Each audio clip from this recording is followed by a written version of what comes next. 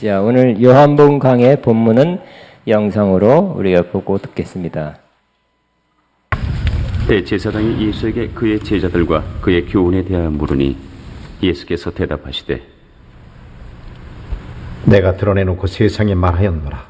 모든 유대인들이 모이는 회당과 성전에서 항상 가르쳤고 은밀하게는 아무것도 말하지 아니하였거늘 어찌하여 내게 묻느냐?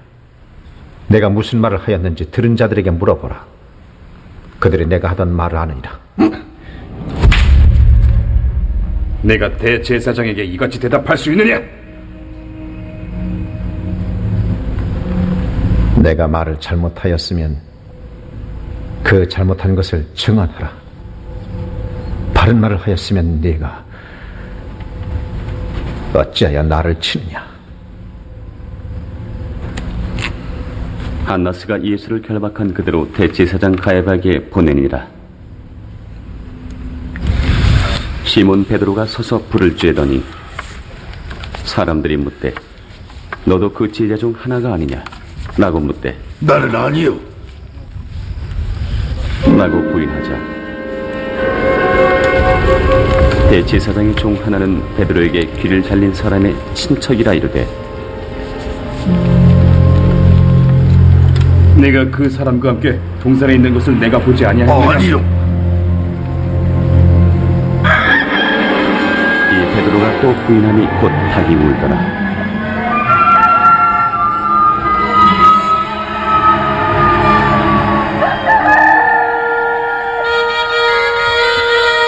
그들이 예수를 가야바에서 관중으로 끌고 가니 새벽이라.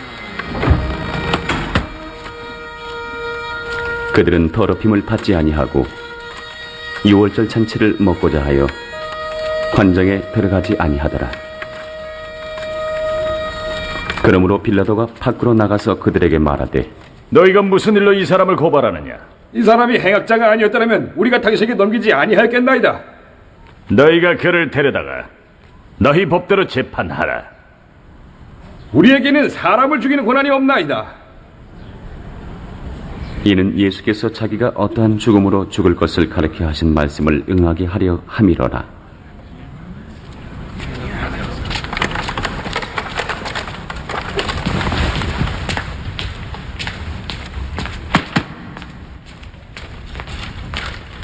이에 빌라도가 다시 관정에 들어가 예수를 불러 이르되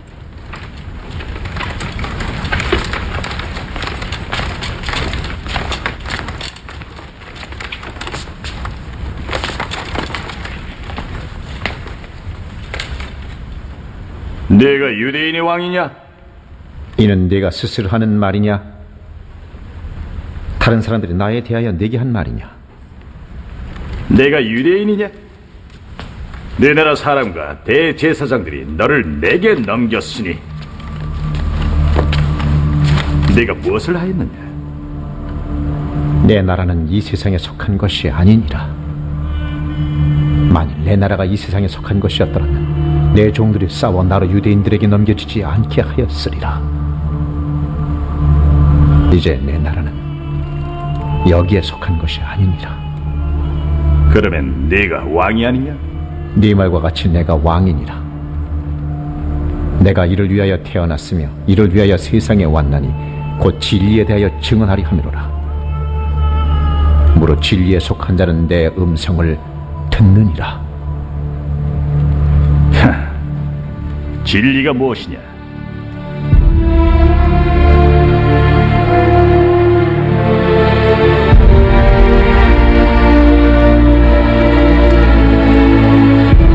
이 말을 하고 다시 유대인들에게 나가서 이르되 나는 그에게서 아무 죄도 찾지 못하였노라.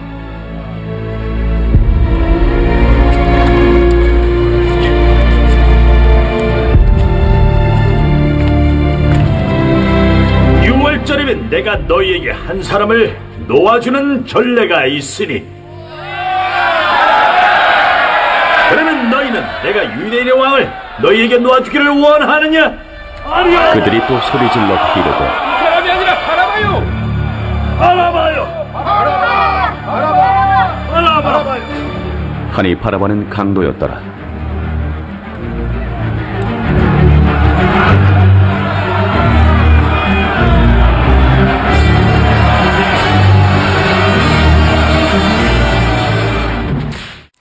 아멘. 저는 요한복음 강해 62번째 불의한 재판과 예수님이란 제목으로 같이 은혜를 나누겠습니다. 과거에 저를 포함한 순진한 사람들이 이렇게 생각했습니다. 판사, 검사, 변호사님들은 공부 아주 잘하는 사람들이 매우 힘든 사법고시에 합격해서 또 사법연수원을 마치고 나와서 판사, 검사로서 또 변호사로서 재판하는 일을 공정히 하는 분들이다고 생각했습니다. 그들은 학식이 뛰어나고 머리가 좋기 때문에 그들이 하는 재판은 옳고 정확하다는 그냥 그런 막연한 생각을 했습니다. 그러나 세월이 지나서 이런 말도 자주 듣습니다. 유전무죄, 유죄. 즉 재판을 받는데 돈이 있으면 죄가 없게 판결되기도 하고 돈이 있으면 돈이 없으면 죄가 되기도 한다는 것입니다. 이 좋은 예는 수년 전에 수십 년 벌써 지났습니다. 미국의 O.J. 심슨이라는 사람의 판결에서 볼 수 있습니다. 그는 아메리카 풋볼 스타로서 큰 돈을 벌었습니다. 그가 자기 아내를 집에서 처참하게 살해했습니다. 살해한 것을 거의 사람들이 추정하고 있습니다. 두 사람밖에 없었습니다. 그는 평소에도 아내와 다툼이 많았고 폭력을 썼다고 합니다. 그러나 그 사건이 일어난 다음에 심슨은 자기가 갖고 있는 재산을 털어서 막대한 재산을 가지고 가장 유명하고 가장 뛰어나고 가장 비싼 변호인단을 구성했습니다. 그 결과는 어떻게 됐겠습니까?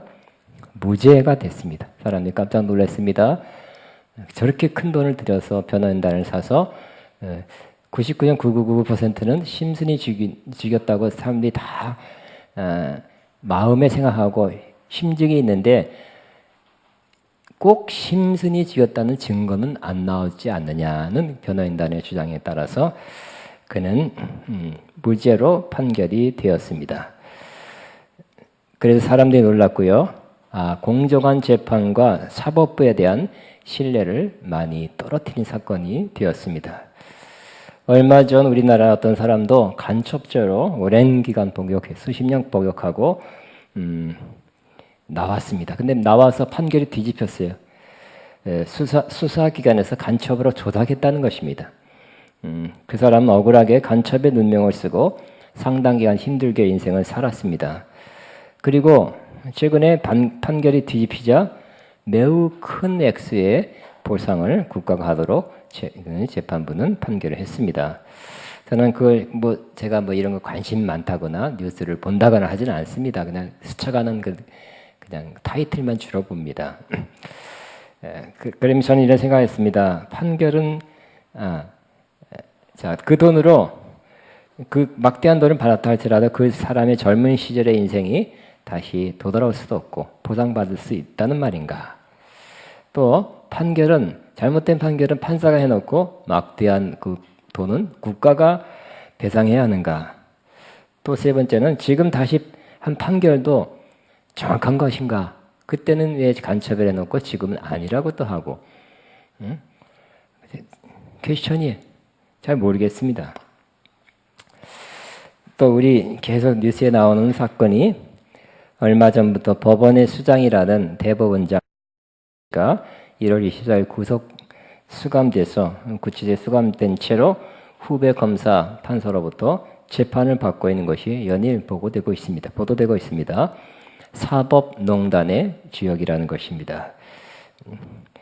청와대와 물밑 교섭을 하고 정보를 주고받고 사법행정권을 남용했다는 것입니다. 때로 검찰을 압박하기도 하고 재판에 영향을 끼치고 결과적으로 공정한 재판이 되지 못하게 농단했다는 것입니다. 아직 끝나지 않았습니다. 또 계속 뉴스가 되는 거 수년 전에 몇 번 나왔는데 지금 또 나와요. 수십 명의 지도층 인사와 함께 성접대를 받았다는 것입니다. 의혹입니다. 그때 몇 번 재판을 해서 무혐의 처리했는데 또 이번에 다시 하겠다는 거예요. 다시 해서 지금 또 조사를 하고 있습니다. 그 전에 했던 판결이 잘못되었으니 다시 하겠다. 이런 계속 다음 정권에서는 다른 성격의 정권이 들었으면 또 어떻게 또 하려는지 또 모르겠습니다. 그 일반인들은 사법부가 돌아가는 이상한 모습에 의아할 뿐입니다. 일반 국민들은 그래도 사법부는 공정하고 정의로우며 바르게 가고 있다고 생각하였었으나 그렇지 않다는 것이 자꾸 드러나니까 당황스러워지는 것입니다. 근데 오늘 본문을 자세히 보니까 놀랍게도 예수님께서 친히 재판을 받는 것이 보입니다. 그리고 더 자세히 보니까 예수님이 재판을 받으시는데 오늘 이 본문에서만 여러 차례 잘못된 재판, 불의한 재판을 받고 있다는 것을 보게 돼서 놀라게 되는 것입니다. 예수님은 군대와 천부장과 유대인 아랫사람에 의해서 대제사장 안나스에게로 끌려왔습니다. 아까 우리 영상으로 봤습니다. 안나스는 원래 대제사장이었으나 현직 대제사장은 아니었습니다. 원래 대제사장은 종신직이었지만 로마에 더 충성한 사람을 택해서 물러나게 했습니다. 그래도 현직 대제사장 가야바의 장인이고 또 여러 가지 그가 가진 막강한 영향력으로 인해서 사람들이 대제사장으로 부르고 있었습니다. 그는 이전에 14절입니다. 유대인들에게 한 사람이 백성을 위하여 죽는 것이 유익하다고 말했던 사람입니다. 안나스가 지금 예수님이 신문하는 안나스가 종교 지도자 회의는 산헤드린 공회에서 예수님을 따르는 사람들이 점점 많아지니까 로마가 볼 때 이렇게 막 새가 뿌려져서 로마를 반역하는 세력이 되지 않을까 그렇게 생각을 하고 로마가 쳐들어올 수 있겠다. 그러니 차라리 이스라엘 전체를 위해서 한 사람 예수를 죽이는 게 낫겠다. 이렇게 그런 권면을 했던 사람입니다. 안나스 대제장은 예수님에게 그의 제자들과 그의 교훈에 대해서 물었습니다. 신문하는 것입니다. 예수님의 제자에 관해서 물은 것은 제자들이 몇 명이고 숫자, 또 성향이 뭐고 또 제자들이 이렇게 자꾸 증가되는데 그 모으는 이유가 뭐냐고 물은 것입니다. 혹시 이들을 예수님이 귀 앞에서 무력 혁명을 일으키려는 의도가 있지 않느냐 하고 좀 이렇게 그러면 반역죄죠. 책을 잡아서 어쨌든 죽이려고 했던 것입니다. 정죄하려는 의도가 있었던 것입니다. 근데 예수님께서 20절에서 21절 대답합니다. 나는 드러내놓고 세상에 말하였어. 세 번역입니다. 나는 언제나 모든 유대 사람들이 모이는 회당과 성전에서 가르쳤으며 아무것도 숨어서 말한 것이 없어. 그런데 어찌하여 나에게 묻소? 내가 무슨 말을 하였는지를 들은 사람들에게 물어보시오. 이렇게 대답했습니다. 공개적으로 다 드러내놓고 또 들은 사람이 다 아는 것을 왜 다시 물어보느냐 한 것은 이 대제사장 안나스가 어떤 나쁜 의도를 갖고 한다는 것을 예수님이 찝은 것입니다. 예수님께서 이 말씀을 하자 영상 봤더니 경비원 한 명이 예수님을 손으로 쳤습니다. 때렸습니다. 예수님께서 말씀했습니다. 내가 한 말에 잘못이 있으면 잘못이 있다면 잘못되었다는 증거를 대시오. 그러나 내가 한 말이 옳다면 어찌 나를 때리시오. 이렇게 말했습니다. 그러자 안나스는 예수님 묶은 채로 현직 대제사장 가야바에게 보냈습니다. 그러니까 지금 안나스가 신문한 것은 예비 신문과 같았습니다. 거기서라도 예비 신문에서도 예수님을 정죄할 수 있는 분명히 드러난 죄목을 잡아서 그걸로 사형에 처하려는 그러한 어떤 면에서 유도 신문이었습니다. 그런데 이 본문만 보더라도 요만큼만 보더라도 이 재판이 여러 가지 면에서 잘못됐다는 것을 지적할 수 있습니다. 몇 가지 됩니다. 첫째, 왜 잘못됐냐면 사실 죄인은 안나스죠. 안나스가 심판관이 되어서 죄가 하나도 없고 죄를 알지 못하는 그런 예수님을 신문하고 종교적 재판한다는 것이 잘못된 것입니다. 두 번째, 이 재판은 원래 정해진 결론이 있었습니다. 그것은 예수님은 사형에 처해야 된다는 결론을 미리 내린 것입니다. 그 결론을 향해서 가고 있었습니다. 요사이도 재판이 자꾸 공정하지 않다는 그런 주장을 하는 사람들은 뭐라고 이미 자기들도 뭐 검사, 판사 출신들인 그러한 정치인들이 상대방 진영에 그러한 재판관들의 그 재판이 잘못됐다는 그러한 이야기를 하면서 주장하기를 저 재판은 판결을 미리 정해놓고 짜 맞추기식 재판을 한다고 그렇게 주장을 하고 있는 것을 여러 번 들었습니다. 짜 맞추기식 이미 결론 내놓고 모든 걸 다 그쪽으로 몰고 가고 심지어 증인도 그렇게 몰아가고 증거도 만들어내고 뭐 서류도 만들어내고 사건도 만들어내고 해서 그렇게 몰고 간다는 거예요. 일부 뭐 다 그런 게 아니라 어떤 일부 사건이 그렇겠죠. 예수님의 사건도 이미 그들이 정해놓고 사형으로 몰고 가고 있었던 것입니다. 세 번째, 유대인의 율법에는 고소당한 사람에게 스스로 죄를 자백하도록 유도하는 일이 불법으로 되어 있었습니다. 피고가 자신에게 불리한 증언을 하도록 강요받아서는 안 된다고 합니다. 다만 증인의 증언이나 구체적인 물증의 객관성과 타당성에 의해서만 유죄를 선언할 수 있었습니다. 안나스가 예수님을 직접 신문했죠. 그리고 물어봐서 이렇게 얼떨결에 아니면 두려워서 어떤 유도신문에 이렇게 자백을 하도록 혹시 그러지 않을까 하고 했는데 그 자체가 불법이라는 것입니다. 그래서 예수님은 안나스에게 되물음으로써 안나스가 부당함을 비난한 것입니다. 네 번째, 예수님은 아직 공식적으로 종교 지도자들이 이전에 신성모독죄라 하고 죽어야 된다는 그 결정을 내렸지 사법부에서는 로마 총독하에 사법부에서는 아직 죄인으로 정죄된 것은 아니었습니다. 그렇지만 정죄 이전에 죄수를 때리는 것은 위법이었습니다.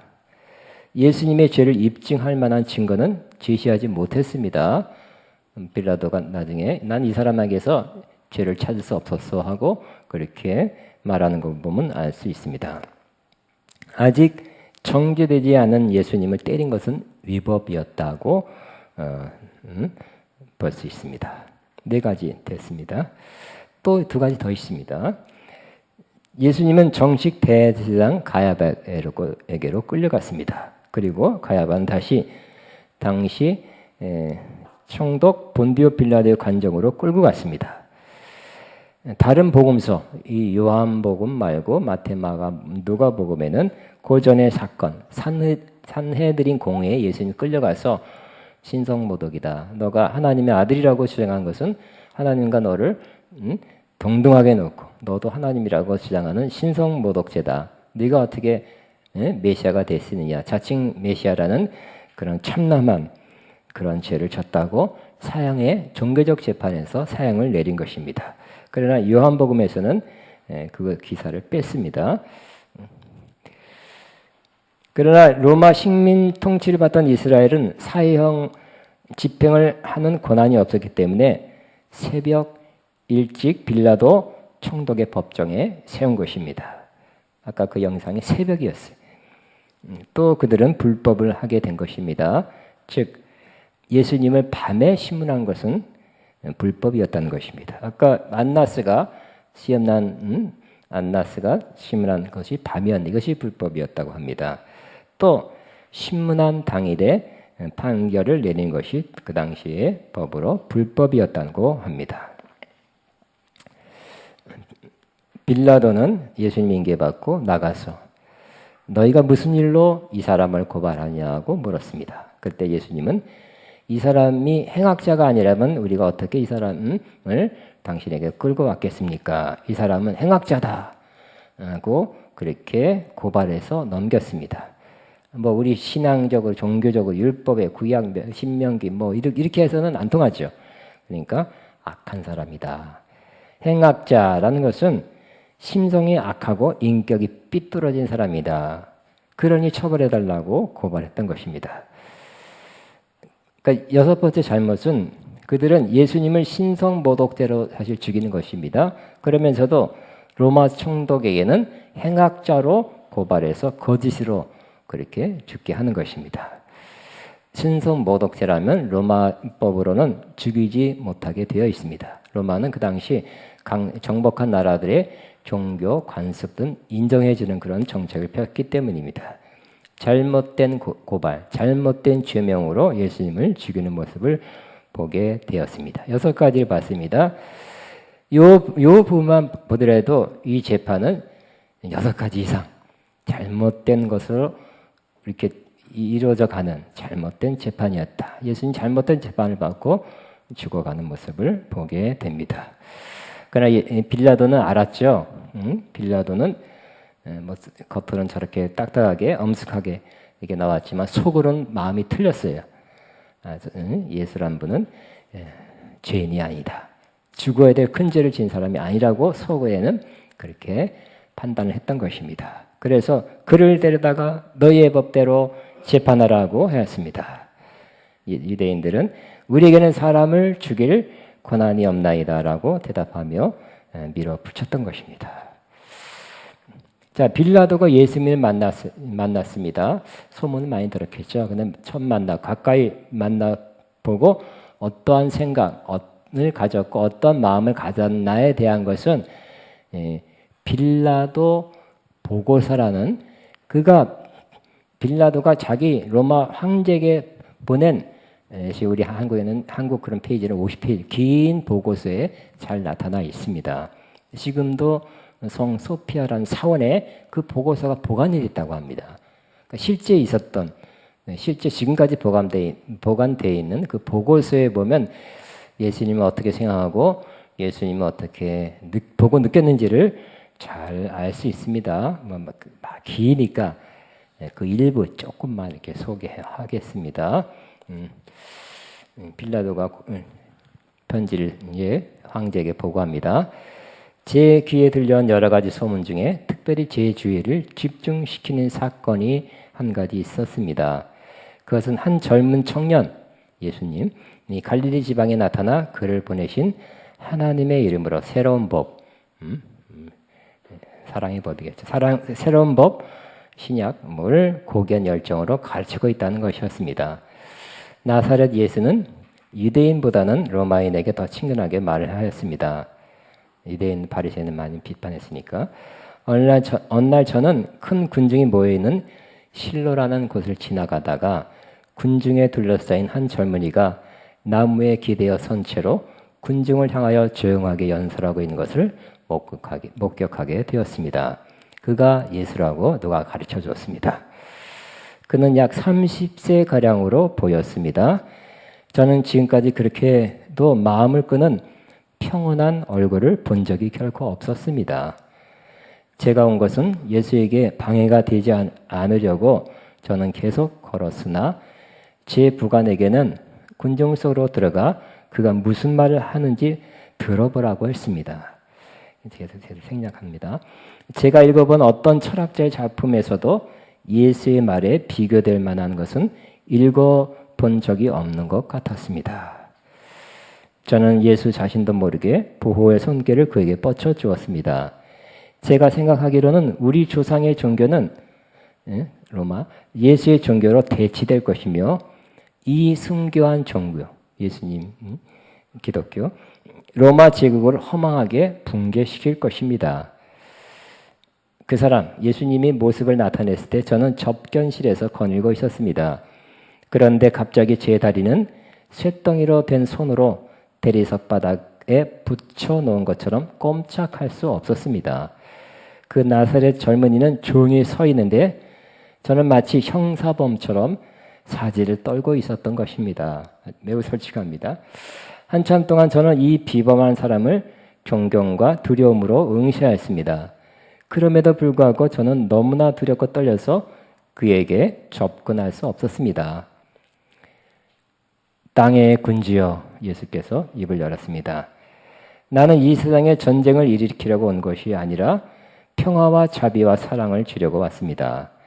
나는 로마 황제 가이사 아구스토가 로마 세계에 평화를 주던 바로 그날에 태어났습니다. 핍박은 나에게서 오는 것은 아닙니다. 예수님 핍박받고 있으니까 나는 다른 사람으로부터 핍박을 예상하고 있으며 나에게 길을 보여주신 내 아버지의 뜻에 순종하여 그 핍박을 잘 감수하게 될 것입니다. 그러므로 그대의 세상적인 사려분별과 지각을 삼가십시오. 성막의 희생제물을 잡아놓는 것은 그대의 고난이 아닙니다. 이와 같은 말을 한 후 그는 투명한 영혼처럼 접견실 휘장 뒤로 사라졌습니다. 저는 그 젊은이 앞에서 어찌할 바를 모르던 중압감에 해방되어 안도의 한숨을 쉬었습니다. 이렇게 빌라도가 고백한 것이 남아서 일부를 나눴습니다. 그리고 나서 빌라도가 예수님을 유대인들이 부탁했기 때문에 신문 재판을 한 것입니다. 예수님께 물었죠. 그대가 유대인의 왕이요? 예수님께 물었죠. 당신이 하는 말은 당신 생각에서 나온 말이요. 그렇지 않으면 나에 관해서 다른 사람이 말해 준 것이요. 빌라도가 내가 유대인이란 사람 말이요. 당신의 종족과 대제사장들이 당신을 나에게 넘겨주었어. 대체 당신은 무슨 일을 하였어? 예수님께 대답합니다. 내 나라는 이 세상에 속한 것이 아니요 내 나라가 이 세상에 속한 것이라면 나의 부하들이 싸워서 나를 유대 사람의 손에 넘어가지 않게 하였을 것이요 그러나 내 나라는 이 세상에 속한 것이 아니요. 그러니까 예수님이 소속, 진정한 정체성, 예수님이 이 땅에 와서 어떤 입장에서 사역을 하고 또 다시 돌아간 그 하나님 나라에 대해서 말씀하고 있습니다. 예수님께 대답합니다. 당신이 말한 대로 나는 왕이요. 나는 진리를 증언하기 위해 태어났어. 진리에 속한 사람은 누구나 내가 하는 말을 듣소. 빌라도가 묻습니다. 진리가 무엇이요? 하고는 바로 나갔습니다. 그리고는 빌라도는 밖에 나가 유대인들에게 나는 그에게서 아무 죄도 찾지 못하였어. 6월절에는 내가 여러분에게 질서 한 명을 놓아주는 관례가 있어. 그러니 유대인의 왕, 예수죠. 놓아주는 것이 어떻겠어? 하고 먼저 이렇게 대중들에게 제안을 했습니다. 그랬더니 대중은 뭐라 그랬습니까? 큰 소리로 그 사람이 아니요 바라바를 놓아주시오 하고 예수님 대신 바라바를 놔달라고 그렇게 청구했던 것입니다. 안타깝게도 그래도 이 빌라도는 예수님 인정했죠. 무죄라고 알았어요. 죽여서는 안 된다는 건 알았지만 또 그 마음에 그가 아는 진리대로 진리를 만났죠. 예수님 진리니까 진리를 만났지만 진리를 따르지는 않았어요. 이전에 역사 기록을 보면 이전에 폭동이 2번 일어났었답니다. 폭동이 일어나면 책임이 이 총독에게 간다고 합니다. 근데 이 또 3번째 일어나면 아마 책임 더 크게 지을 것 같으니까 그걸 피하기 위해서 결국 자기를 위해서 예수님을 죽음에 넘겨주었던 것입니다. 진리를 만났지만 진리를 따르지 않았습니다. 저와 여러분도 진리이신 예수님을 알게 됐죠? 진리를 만났습니다. 근데 빌라도는 거기서 돌아섰죠. 저와 여러분 끝까지 진리를 따르시기 바랍니다. 그래서 예수님은 빌라도를 통해서 죽게 된 것입니다. 그런데 여기서 굉장히 또 의미가 있어요. 깊은 의미가 있어요. 하나님의 섭리가 있다는 것이에요. 예수님의 죽음은 유대인의 사형으로 죽었다면 유대인들은 율법에 의해서 사람을 죽여라. 어떻게 죽입니까? 돌로 쳐 죽여라는 것이죠. 유대인에서 의해서 죽었다면 돌로 쳐 죽으셨을 것입니다. 근데 예수님은 그렇게 죽어서는 안 되죠. 예수님은 로마법에 의해서 청로 로마법에 의해서 사형 체계로 죽으셨기 때문에 어떤 형식으로 죽었습니까? 십자가 나무죠. 십자가에 못 박혀 죽으셨습니다. 그 자체가 또 예수님이 예언했던 말씀입니다. 마태복음 20장 19절. 또 예수님께서 이전에도 요한복음 3장 14절에 모세가 광야에서 뱀을 든 것 같이 인자도 들려야 한다. 장대에 들리듯이 예수님이 십자가에 들려야 한다고 이미 예언했던 바입니다. 근데 왜 예수님은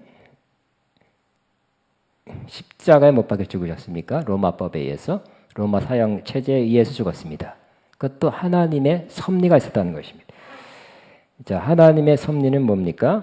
바로 신명기 말씀, 또 갈라디아 3장 13절에 보면 나무에 달려서 죽는 자는 저주를 받은 자라는 말씀이 있죠. 죽어도 저주스럽게 죽는 자가 바로 나무에 달려 죽는 자입니다. 예수님이 그렇게 죽으셨어요. 하나님이 그렇게 섭리했어요. 그렇게 인도했어요. 예수님은 저주를 받아 죽으셨어요.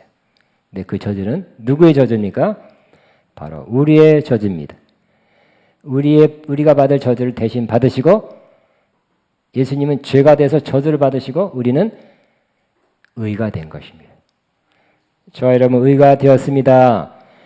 받을 저주가 예수님에게 부어졌기 때문에 우리는 예수님 때문에 의가 된 것이 됩니다. 그래서 예수님은 그 하나님의 그 깊은 섭리를 이루고자 나무에 십자가에 못 박혀 죽게 된 것입니다. 하나님의 섭리입니다. 주변에 대제사장, 바리새인, 유대인들 온통 악한 사람입니다. 근데 하나님이 힘이 없어서, 하나님의 능력이 부족해서 할 수 없이 그렇게 예수님이 죽게 한 게 아니죠. 하나님은 하나님의 뜻을 그 가운데서 이루셨습니다. 하나님의 뜻이 뭡니까? 이 땅에 예수님을 육신을 입고 보내서 십자가에 죽게 하심으로 모든 사람을 살리는 구속의 역사를 이루시는 것입니다. 예수님이 그렇게 죽게 하심으로 모든 사람을 구원하는, 모든 인류를 구원하는 구속의 역사를 다 이루게 되셨습니다. 악한 사람들이 있었지만 하나님은 악한 사람들을 악하게 그냥 사용했을 뿐입니다. 악하게 사용하고 나중에 막대기, 몽둥이를 악하게 사용한 다음에는 불에 던져버리듯이 하나님은 그 악한 자들을 악하게 사용하고 후에 악한 일에 대해서 공의의 심판을 하게 될 것입니다.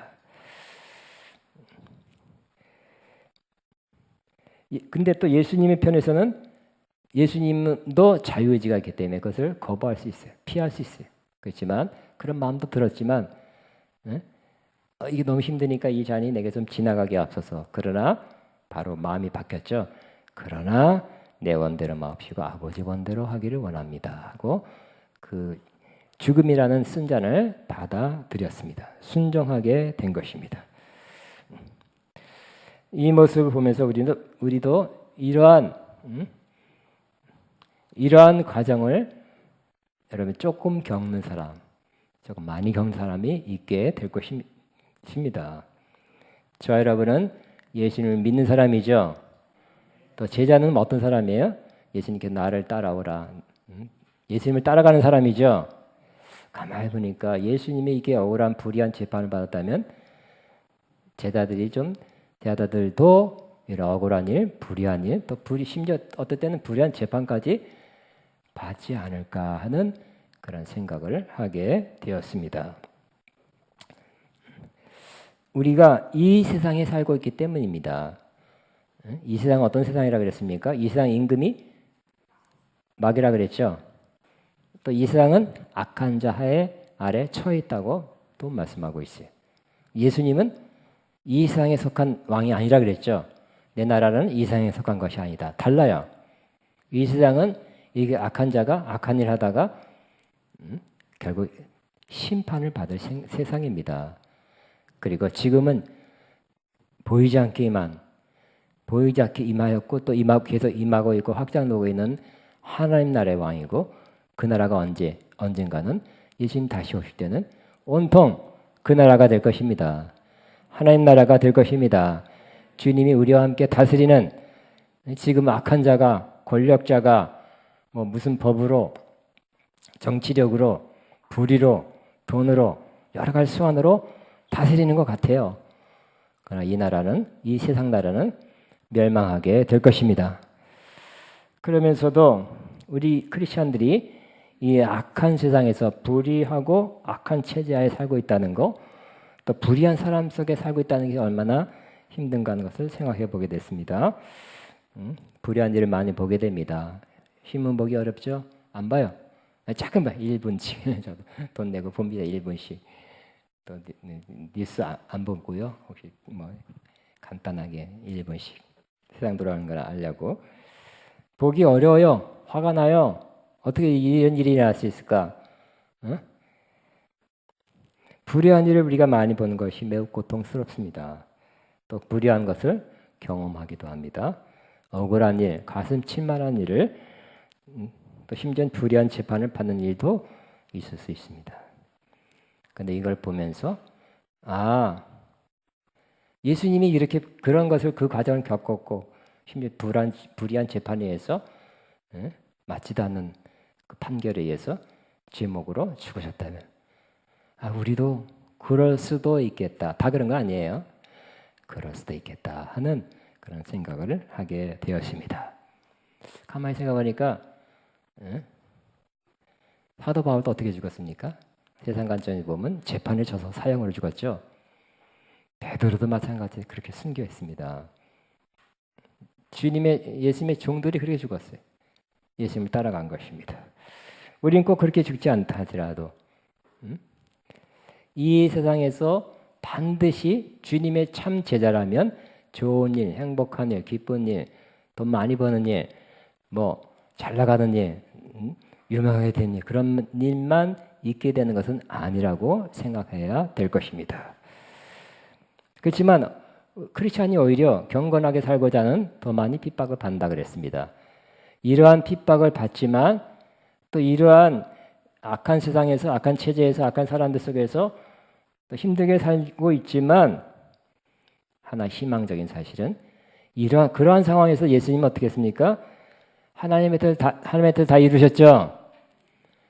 하나님의 뜻을 다 이루고 다 이뤘다 하고 돌아가신 예수의 모습을 보면서 우리는 희망을 갖습니다. 우리도 이렇게 악한 세상, 악한 사람들, 악한 체제에 살면서도 하나님의 뜻을 이루며 살고 죽을 때 하나님의 뜻을 다 이뤘다 하고 죽을 수 있다는 그러한 믿음을 갖게 되시기 바랍니다. 이게 진정한 승리자입니다. 그죠? 여러분 크게 됐다, 크게 벌었다, 유명하게 됐다. 이게 승리자가 아니라 이 세상에서 세상 사람이 보는 관점에서 승리자가 되려고 노력한다는 것은 지금 생각하면 맞지 않은 것 같습니다. 하나님 그렇게 하시면 그렇게 축복으로 하시면 그렇게 하십시오. 그러나 우리의 진정한 승리자는 어떤 것입니까? 이러한 어려운 악한 세상에서도 주님의 뜻을 다 이루는 것. 우리 인생의 하나님의 뜻을 예수님 다 살지도 못해 33살 돌아가셨잖아요. 중년도 못 겪었어요. 청년 때 돌아가셨어요.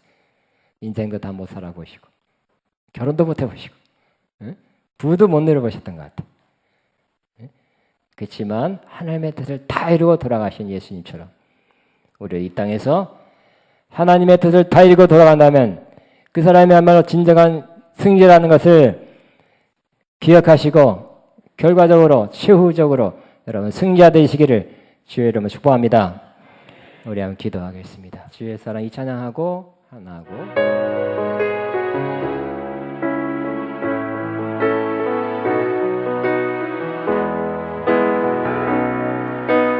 생명과 박은 주의 사랑을 잊지 않게 하소서.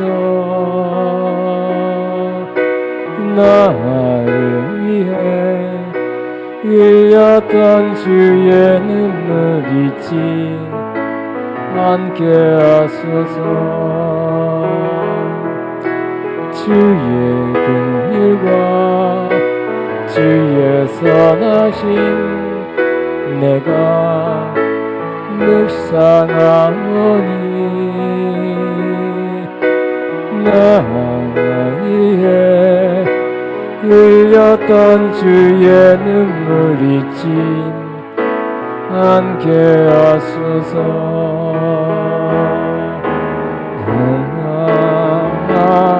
응합니다 주님 고맙습니다.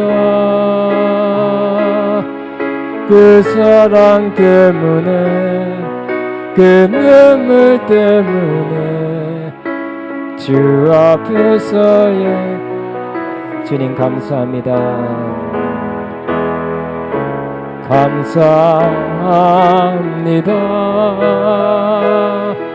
주님 고맙습니다. 그 사랑 때문에 그 눈물 때문에 주 앞에서 예배합니다. 아멘. 우리 다 같이 한번 기도합니다. 주님 감사합니다. 주님을 사랑합니다. 찬양합니다. 샤바바바바. 주님의 길 십자가의 길 다시 한번 생각했습니다.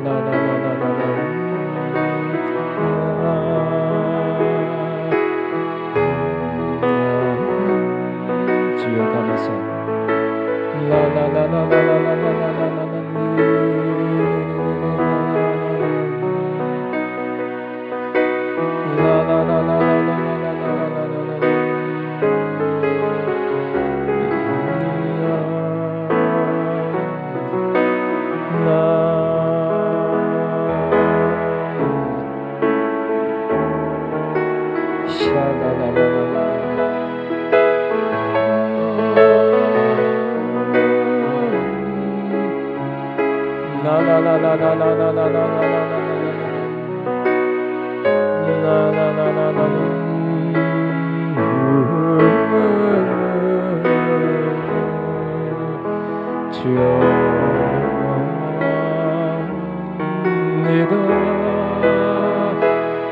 주여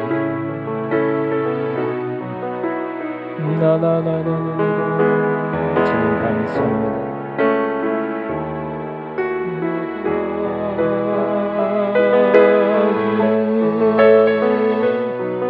주님 감사합니다. 주님 감사합니다.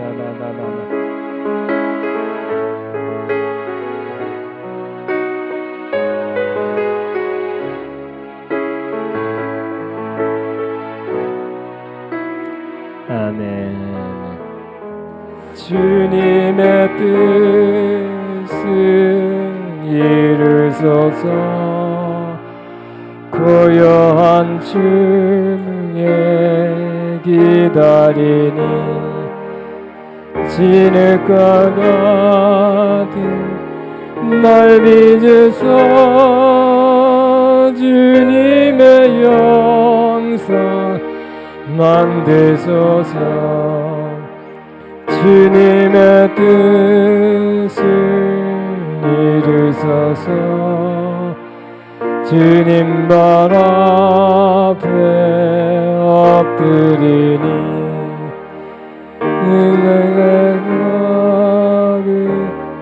살피시소는 너나 이게 하옵소서. 주님의 뜻은 이루소서. 병들어 몸이 피곤할 때 권능에서 내게 펴서 편하게 주옵소서. 주님의 뜻을 이루소서. 온전히 나를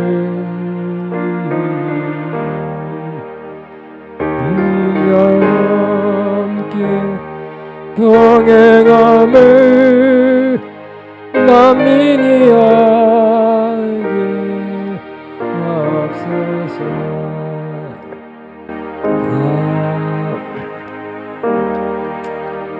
자, 다 일어나셔서. 근데 보니까 440장이 더 가사가 오늘 메시지하고 조금 더 가까운 것 같아요. 어디든지 예수 나를 이끌면. 자, 제가 기도하겠습니다. 440장 찬송가. 하나님 아버지 감사합니다. 주님의 모습, 불의한 세상에서 불의한 자들의 불의한 명목으로 재판받았고 죽으시는 모습, 그러나 하나님의 다 이루시는 하나님의 이 땅에